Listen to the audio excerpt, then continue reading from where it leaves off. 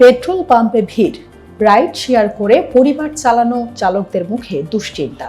কারণ এখন থেকে মোটরসাইকেলে দিনে 2 লিটারের বেশি তেল কেনা যাবে না। প্রশ্ন উঠছে, এই তেলে কি চলবে রাইড শেয়ার বা ভাড়ার বাইক? সারা দেশে প্রতি গাড়িতে কতটুকু তেল নেওয়া যাবে সে বিষয়ে নতুন নির্দেশনা দিয়েছে বাংলাদেশ পেট্রোলিয়াম কর্পোরেশন বা বিপিসি।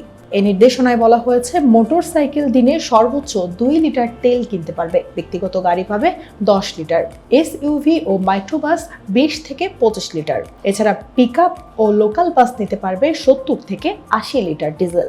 দূরপাল্লার বাস, ট্রাক ও কন্টেইনার ট্রাকের জন্য সীমা 200 থেকে 220 লিটার।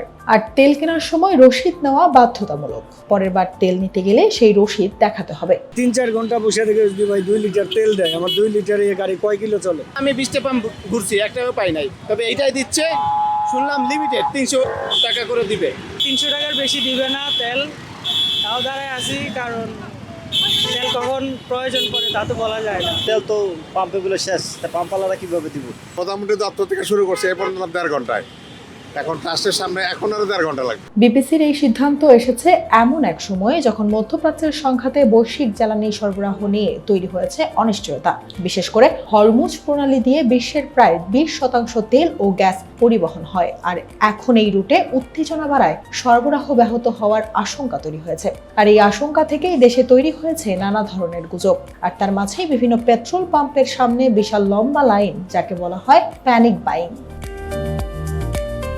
অর্থাৎ আতঙ্কে পড়ে মানুষ প্রয়োজনের চেয়ে বেশি তেল কিনছে। সেজন্য এই ফিলিং স্টেশনগুলোতেও দেখা যাচ্ছে বাড়তি ভিড়। এ ধরনের পরিস্থিতি দেখা গিয়েছিল 2020 সালে করোনা মহামারীর শুরুতে। তখনও আতঙ্কে মানুষ বাজার থেকে অতিরিক্ত পণ্য কিনে মজুত করছিল।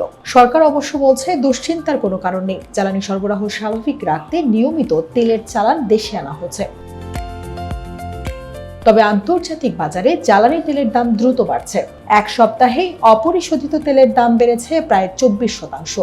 ব্যারেল প্রতি দাম এখন প্রায় $90। কিন্তু বর্তমানে পরিস্থিতি সামাল দেওয়ার জন্য সরকারিভাবে জ্বালানি তেলের সীমা বেঁধে দেওয়ার এই সিদ্ধান্ত অস্থায়ী নাকি দীর্ঘমেয়াদী, সেটা নিয়েও অনেকের মাঝে কাজ করছে দ্বিধা। তবে সবচেয়ে বেশি দুশ্চিন্তায় রাইড শেয়ার ও ভাড়ার মোটরসাইকেল চালকেরা। কারণ তাদের প্রশ্ন একটাই, দিনে 2 লিটার তেলে কি চলবে জীবিকা?